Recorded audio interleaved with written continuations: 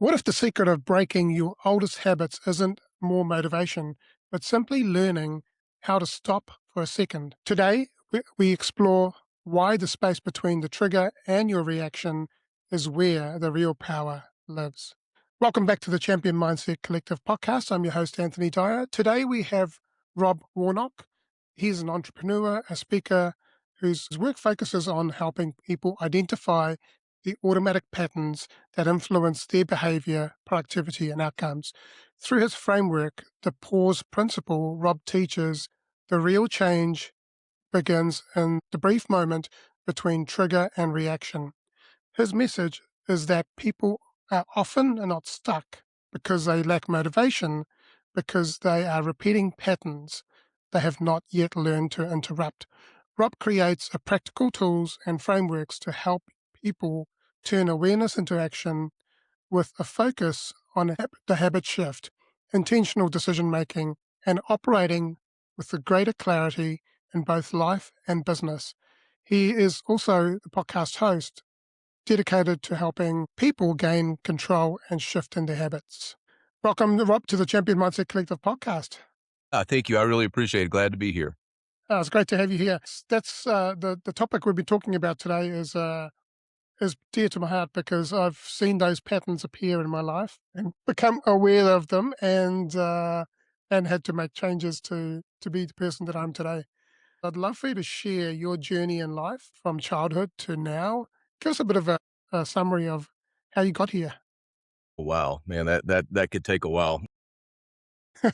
Yeah, I grew up in a very blue collar family.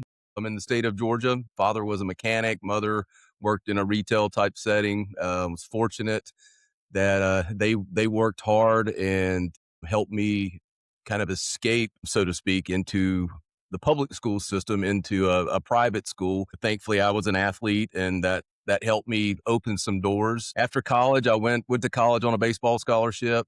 Shortly after that, left and started my sales career at age 19 selling rainbow vacuum cleaners. One of the greatest lessons ever, how difficult that was to go in somebody's home and unexpectedly and ask them to spend $1,100 on a vacuum cleaner. But somehow we did it, and it was an interesting time. I learned a lot of bruises, a lot of stumbling, but was fortunate. It laid a foundation for me of work ethic and how business actually worked. Up until then, I'd never really had a job. I mean, honestly, it's sad to say, but I didn't even know how to apply for a job. My parents were always like, "You just play football, you play baseball, you go to school, don't worry about it."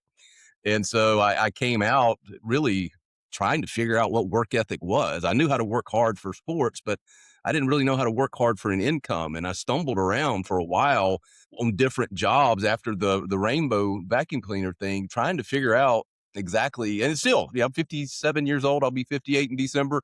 I'm still trying to figure it out. So anybody out there who's listening and feels like, man, I still don't have my stuff together, it's okay. You're not alone. The journey is not over yet. So. Yeah, I don't think you learn at the beginning of the journey. I think you learn as you go on the journey, right? For sure. And I like to say, like I used to say this when I worked at a transport agency, is that you have a journey, but you have many trips in that journey, and you're going to make a lot of mistakes, and there's going to be a lot of failures as well. But that's part of the process. And interesting thing is, a manager of mine said to me years ago, "Anthony, do you know what a mistake is?" And I said, "Well, it's bad." And he says, "No, no, no.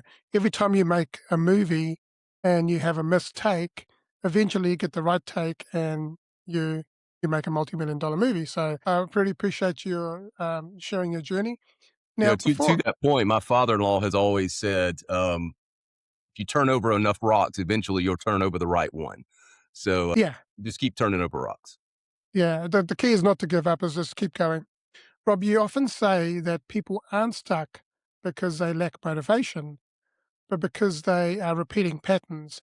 Can you explain what these patterns look like in our daily lives? Yeah, and the thing about it is, and actually, this will be somewhat redundant throughout this podcast, but because I'll say it over and over again, and where it came from was me looking at myself, and so what I looked at a couple of things, and I was like, what is it that I could change, or what did I identify? And I identified two specific things in my life that needed to be altered. And I realized they were a pattern. And when I would discuss them with anyone, I would describe that pattern. Well, because it's 5 o'clock, I do this. Because it's 6 o'clock, I do this. At 7 o'clock, I do this. When in the morning I wake up, I sit in my chair, I do this.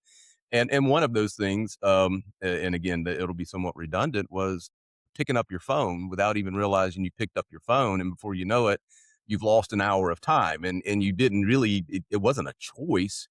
It wasn't because you weren't disciplined. You just did it. It just happens. I think we find ourselves in those types of patterns that we don't realize are there until they cause a problem. And it Mm, could be anywhere from how you react to things or how you shouldn't react to things to checking your phone to pouring a drink every afternoon. There are many things that could become a pattern. And again, we'll talk about this more, but the key is you have to recognize it, and it's got to start with yeah, recognition and awareness, as you said. yeah. And a lot of this is on autopilot, right? People don't even realize they're doing these things. So, what are some of the common signs that someone is living on this autopilot without realizing it? Yeah, when you don't even realize that you've done it, and it wasn't a choice. I've talked to several people before, and one in transparency, one of the things for me was, and a lot of the people I know is like, I enjoy a glass of wine, I enjoy a glass of this, but I should probably have less of that.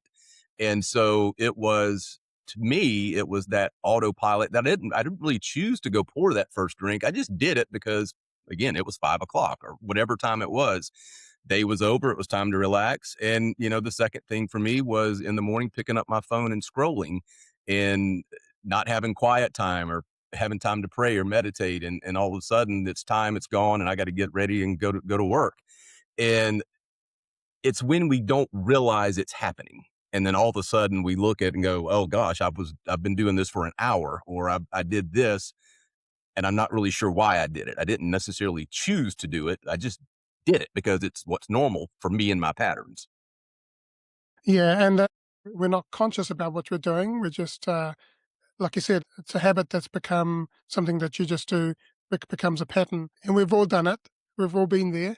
Yeah. Like what is the difference between these patterns that appear in our personal lives to what happens in our business or professional environment?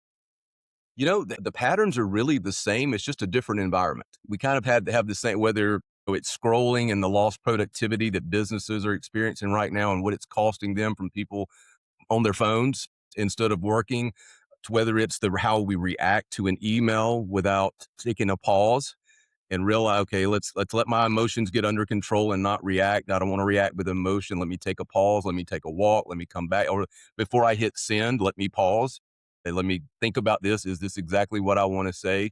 And I think, in a work environment, we end up more often than not, any conflict that we end up with was we probably could go back to, well, gosh, if I'd have really stopped and thought about that, I probably could have said this, or I could have handled that situation this way, or that employee who came to me with that problem, I could have helped them in a different way if I'd have just taken a second, taken a Mm. pause and gave it some appropriate thought.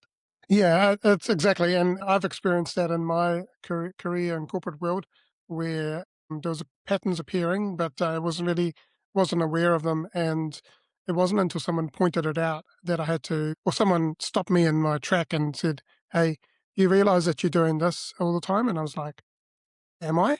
And yeah, I had to stop and pause, and I think this is key, is that we go so fast. We're constantly doing things that we don't even give ourselves time to pause and actually, take stock of what's going on.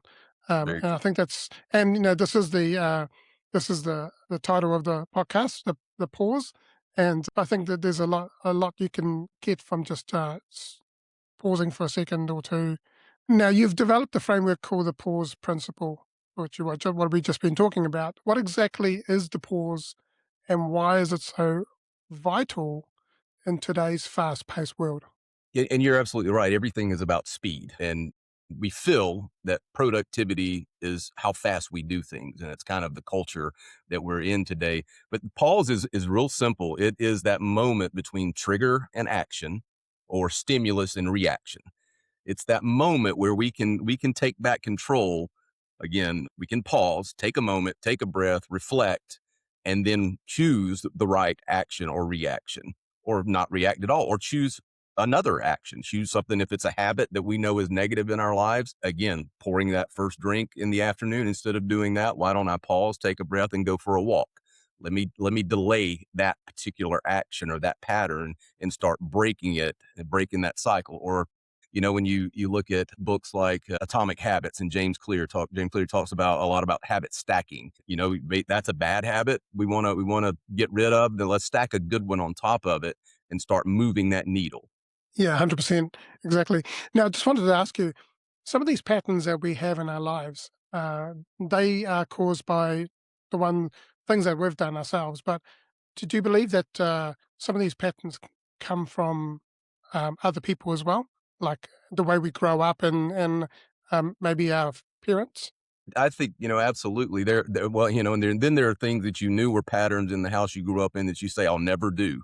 I'll never do that. I will never. And then you end up growing up and you realize before you think about it, that you're doing the same thing. And the thing that drove you crazy as a child, well, here you are doing the same thing. But sure, I mean, I think environment, relationships, everything around us can affect and put us into a pattern before we realize it. And we're so bombarded with information that we can almost get in that term that they use, we get brain rot almost, where we become mindless and we don't think about what we do. We're just doing. Again, it's I think we're influenced by just so much information that we get numb. Yeah, so much information, and then we're also running at 100 miles an hour, and and we're not actually taking time to be in the present moment. And often our brains going, further ahead than what. And so, like as you said before, when the situation happens and the stimuli, you got to pause and really understand what's going on there. Now, when do we view pausing as a sign of hesitation or weakness rather than a tool for performance? And that again, my answer to that is because we've become so accustomed that speed is better. And so to think that we're going to stop to think and react makes people feel like maybe that's a weak moment, when in fact, if you look at a lot of the studies, they show some of the most intellectual people are, when they're asked a question, they take a moment before they answer, and it's a sign of intelligence. We pause in that moment. And Frankl, actually, I love his quote, and he said, "It's between the stimulus and the response. There's a space in that. There's a space in that space. Our power to choose our response. In our response lies our growth and our freedom." So, and that's kind of what I'm talking about with the pause, is that when you take that pause, it gives you the chance to change the outcome, and you get to change the pattern, change the outcome, choose something else. And that's kind of the principle: is recognize the pattern, break it, pause, habit shift. In your life, tell us how have you seen this play out, and how have you had to put it into place to pause? When those. It's without like some of the applications that I'm currently developing, you'll see this t-shirt that I wear. I don't know if you see it, says "Be the best you." So that was kind of something that came to me as I was looking back at my life, and I'll actually talk about this later in, I guess, when we talk about some other things. I realized that there were things in my life that there was no way I could be the best me if I was doing them. And so Mm, what I did was, without the lack of any technology to help me with that, I'm put on note cards, "Be the best you," or "BTBU." And the common phrase around our house is "BTBU, baby, be the best you." And so I put note cards in on my bathroom mirror in certain places where I knew I had those habits to remind me, okay, if you're going to do this, then you can't be the best version of yourself. And so mm, that's kind of how I did it in a very old fashioned way. So, yeah, and it would have taken some time to get to that point where it became kind of automatic for you. yeah, yeah. And Yeah, and yeah, it's still a work in progress. yeah, It's, the habits are something that it it takes time to change, but you have to just take it in small little bites and yeah. let those bites grow into something bigger. How can a small window of time between trigger and response change that outcome of a situation. Even just a pause for a couple of seconds just allows you to reflect on whatever that moment and that choice is to determine if that's truly the choice you wanna make or make a different or better choice in that situation. It's just that moment in time that, like, gives you the time to recognize it and make a decision and take control of it instead of just, like, again, letting it be on autopilot. So it's that window to give you a chance to make a better decision or a different decision. And what would you say to people who find it hard to pause and have that little window? You're not alone. You're not alone. You're not alone. Even, as I've gone through this and developing the platforms, I mean, there's still times and things that, I find that are there and, you have to be consistent, and there has to be a method to your consistency to help you break those patterns, and it's not gonna happen today, it's not gonna happen tomorrow, but if you're consistent with that pattern interruption, over time, it's going to become something bigger and you're going to change the outcome of not only that situation, but potentially, your whole life. Who knows how much it will Mm, influence who you are in a year from now. yeah. Rob, tell us a little bit about the platform that you mentioned. So I have two applications that are coming out and they're specific to address habits that I had or patterns that I had that I wanted to break. And one is called Pausing, Pausn, and it plays right off of the pause principle. It is, that's another common phrase around our house now. All right, I'm pausing. And so it's an application specifically tailored towards people who want to cut back on drinking alcohol and they want to reduce the window of time that maybe they drink.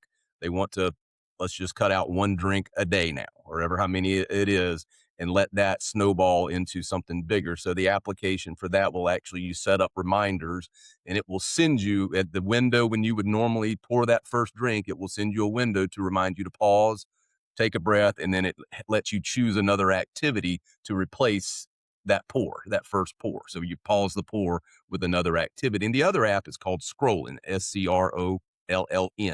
Both of them will be out in the next 30 days. And it's obviously what it addresses is scrolling, which people spend an average of 2.5 hours a day mindlessly scrolling, doom scrolling on their phones when they never intended to do it. Like I said earlier, they pick up their phone and 40 minutes later they're down the rabbit hole and they've done nothing. They've wasted 45 minutes. They weren't present with their family that was in the room. They missed a moment with their grandchild or their child.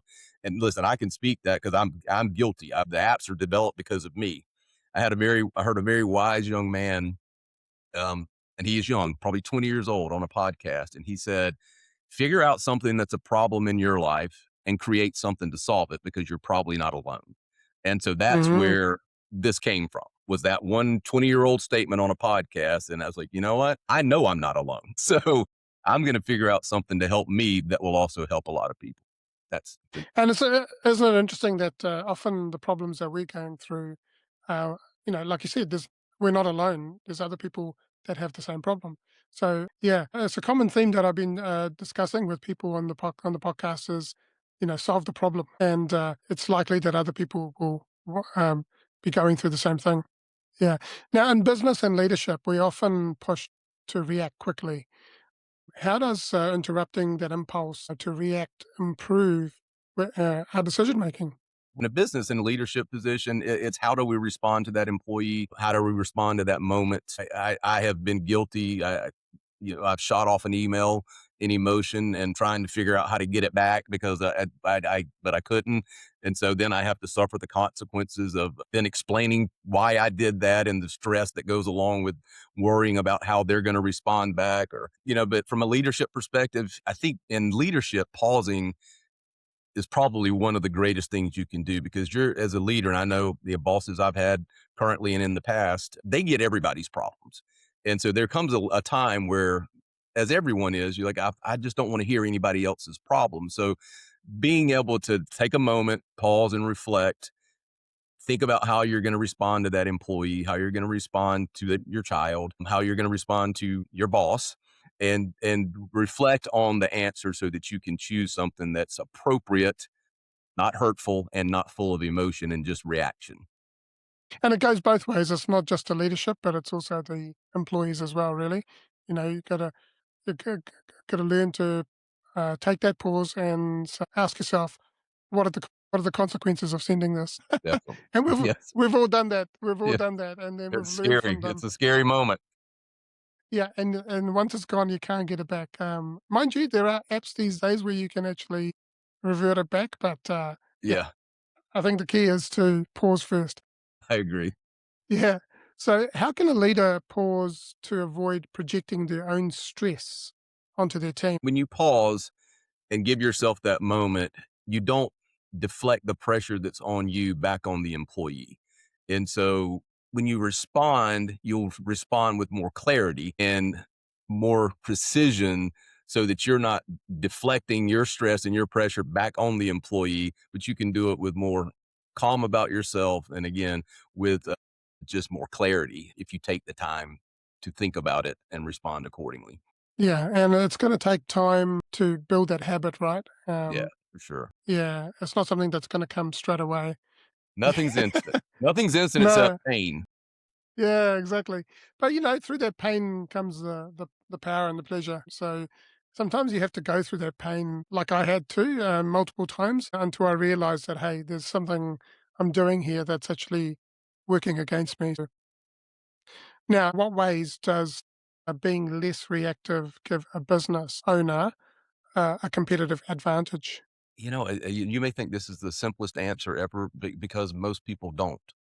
And if you're one of the few who are actually taking the time to reflect and make that decision and pause and interrupt your patterns and handle people the right way because you took the time to think about how you handled them. Most people are not doing that. Yeah, as we said earlier, people are going for speed. Speed is productivity. We're running fast pace. We want to be the first to the finish line, first to answer the question, first to send the text back. And if we take that time, which most people don't because everybody wants to run fast, if you can change that mindset of not feeling like you have to be fast and first, you're going to set yourself apart from everybody else because you're going to be more methodical and thoughtful about how you run your business. And when it comes to that habit change, many people try to use like a brute force or willpower. How does the pause principle offer a different path to lasting change? And the pause principle is completely different than willpower or discipline because no matter how much willpower or discipline you have, and I believe the majority of us have a decent amount of discipline and willpower, but I know for me speaking, when I realized, okay, and my wife gets on me all the time. It's like she used to say, "Why do you have your blue face on?" Meaning I was on Facebook. And so when I identified that, my instinct was, well, I'll just delete the app. And so I did. But what happens? A week later, somebody says, "Did you see this on Facebook?" And so what do I have to do? I have to go download Facebook again. And so I go download Facebook again, and I'm right back in that pattern because I didn't break it. I just took a drastic measure to have more willpower, not even having willpower. I'm just going to get rid of it. But I didn't do anything to correct the pattern or change the habit. And what the Paul's principle does is gives you the foundation and the mechanism to change the habit, not just try to put in different fail safes and guardrails, but actually change your behavior by implementing a pause. And so willpower and discipline are great. And again, I feel like I have a great deal of that, but again, as soon as someone told me something happened on Facebook, I'm right back there again. So that's why I really believe that the app is going to impact a lot of lives because it's going to be a mechanism that will go to what's in your hand with that phone and remind you. And not, my note card was over there. I could kind of ignore that, but if the phone's always in my hand and I'm at that moment where I'm about to tap the screen and start scrolling, and I get my notification saying, "Hey, you don't want to do this right now." Take a pause and choose to go for a walk, choose to meditate, choose to read a couple of pages of a book, then I'm going to see it because our eyes are always on the screen, right?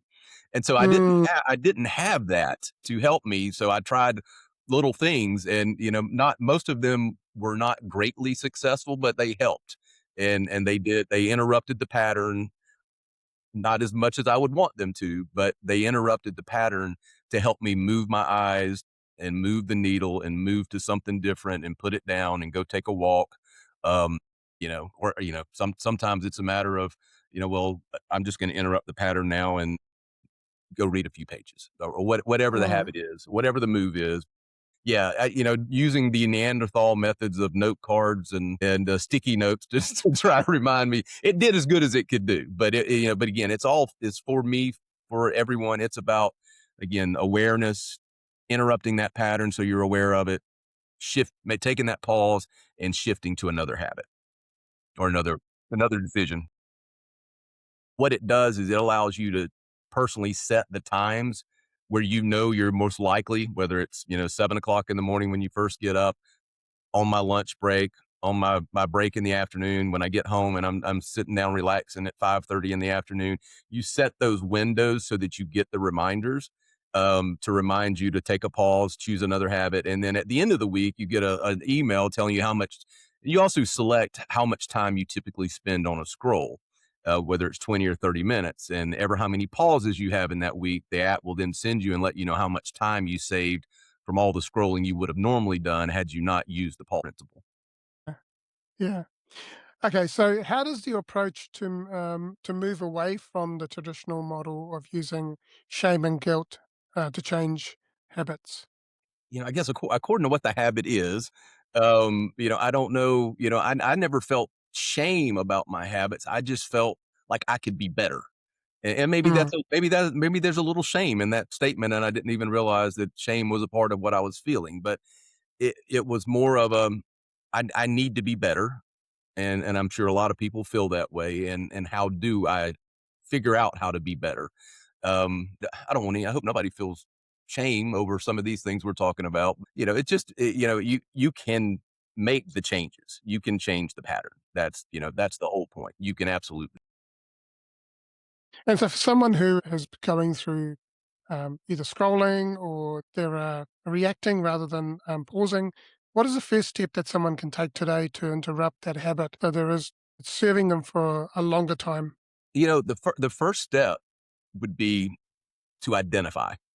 Identify what it is, identify when it happens, and either on your own or through technology, figure out a way to interrupt it.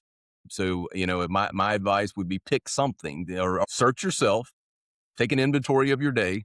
Where are you losing time? Where are you losing presence with your family? What's interrupting your productivity, your presence, your ability to be in the moment when you need to be in the moment, or causing you to react to conversations or communications? Identify what it is and either create your own way to interrupt the pattern, or obviously there's technology that can help you with that. Mm, yeah, exactly. And how can listeners start to turn their awareness to these patterns into a practical daily actions, I would say focus on one thing at a time. one thing Don't at a try to time? conquer multiple things. Focus on one pattern and just be mindful and consistent. Yeah, Just be consistent with being aware and trying to make that change on a daily basis, and let it multiply. The book The Compound Effect by Dan, that's what it's all about, is those little moments, those little things. They're not big at the moment, but as you continue to do them and as they grow, little moments become big moments. Little habits yeah, become big habits. And so we want to reverse that and take a big habit to a small habit. But just understand that it doesn't have to be big moves. Small moves over time create long lasting, huge change. yeah. And as you said before as well, like habit stacking as well, like often when you do something, like if you're scrolling at a certain time of the day, uh, you could probably, what you can do is you can do something that you do normally and then stack that habit on top. Um, so instead of going for your phone, you'd, like you said, you'd go read a chapter of a book or something, or go outside for a walk. So that's another way of doing it. How do we ensure that the awareness actually leads to consistent action? Again, I'm going to be redundant here, but the only way to ensure that is by consistency. Yeah, I know that that sounds like the simplest answer, but that is the truth. It's by being consistent, then you will see the consistent change. So yeah. And sometimes technology is going to help us be consistent, right? yes, Yeah. So, like, I do whatever it takes, whether it's technology or whether you're consciously making good choices to be the best version of yourself. And what does success look like once someone has mastered the art of the pause? You get back time. You don't miss moments. You find that you are more productive than you ever really realized you were. You realize how much productivity you were losing. I have a granddaughter and a newly born grandson just a week ago. And crazy enough, I notice my 80-year-old father-in-law misses moments because he's on his phone. And I'm acutely aware of that because my wife has made me acutely aware of that over our marriage and with the children, with the grandchildren, is put the thing down, and one of the things that I see, and we all see, and you notice it, or yeah, you're in a restaurant, there's a family at a table having dinner together, and instead of talking, every one of them's on their phone. And, that moment of time to be together and to share your day and ask how their day was and talk and communicate, I think we miss so much of that because of technology, because of the phones. And success to me would be you're present with your family, you're more aware, you're in the moment, you're again gaining productivity and you're gaining your control back instead of running on Mm, autopilot. mm. Yeah, exactly. Like technology is great, but it can be so disruptive I in the love it. sense I that mean, it's my yeah, and I think even some of the top the people who have created this technology, even like I believe that even Steve Jobs, he used to limit the amount of technology use at home, and a lot of the entrepreneurs and a lot of the people that have created this technology apply those that framework at home so that they're not getting sucked in. Rob, tell us a little bit again about those apps and how they can access them, and also how they can get in touch with you. Sure. So both apps, both Scrollin' and Pausin', will be out on in your app store in about 30 days. So they'll be available for downloads then. You can go to my website, and I have a free ebook called The Pause Principle: Power of the Pause. So you're welcome to go there and request your free version of that. It's at www.robwarnock.com, robwarnock.com. So feel free to grab that free ebook, and it talks a lot about what we've talked about today, but obviously in a little more detail. Then again, yeah, the apps will be out in approximately 30 days. Yeah. And what inspired you to create this app for other people? And what was the impact that you wanted to create when you thought about these apps? Yeah, it was again, it was identifying that I had something I wanted to change and believing that I wasn't alone in that there were other people. And then the more I started talking about these ideas to people, and they were like, "Oh my gosh, I could use that. Oh man, I need that." Or my husband needs this. So it's, and even as I've been kind of teasing on social media, on Instagram, I've had people that I run into in person that come up to me and say, "I saw your post. I love it. I love it. Like, I can't wait to see what this is going to do because man, we need this." So, I felt like it could have an impact. It could change a lot of people's lives. Again, it could give back time. It could create better health, long-term increase, with when you're talking about pausing the pour and cutting back on alcohol, the amount of benefits that you get from a health perspective, from, internally, emotionally, physically. We've addressed the issue of scrolling and not being present and awareness. So I felt like those were two things that were pretty predominant in the world today, and that globally there are people that are wanting to make those changes just like I was. And Mm, you can try to do things on your own, but unless you have a way to break the pattern, you're not going to change. And the apps can help do that. yeah. And how long ago did you start this journey of creating the apps? The app build has been, gosh, it's amazing how much technology has changed. The first app that I built 4 years ago, I think it took us 6 months to build it, and the cost was just outrageous. Wow. These, with modern technology and AI and the way those platforms work, I think we started pausing probably 60 days ago, maybe 45 days ago. We started the build of it. The concept and framework took probably 30 to 45 days before that because I kept changing and changing and changing and going back to the developers and changing. And so I postponed a lot of the end result. But scrolling because we've already got a similar framework down. The app's a little bit different in the way it functions, but it's a very similar framework. So the build on that one's going to go a lot faster because developers, they've already kind of got the hang of how it flows and goes. And I've ironed out, I think, all of my need to change and tweak and all of that. So yeah, it's been a much smoother process. Technology is amazing. Thank you for that, Rob. We'll put those links into the show notes. And also, you'll get a dedicated page on the website, which will have all this information on it. And if we'll put the link to the book as well, so that people can download that as well. Now, and in addition to that, there'll be an article and a practical guide that people can take away and start applying in their lives. Fantastic. Yeah. Now, we're at the quick fire questions now. So we've got I'm scared six. of these. I'm not going to lie. I'm a little scared of these. Why are you scared? These are good questions.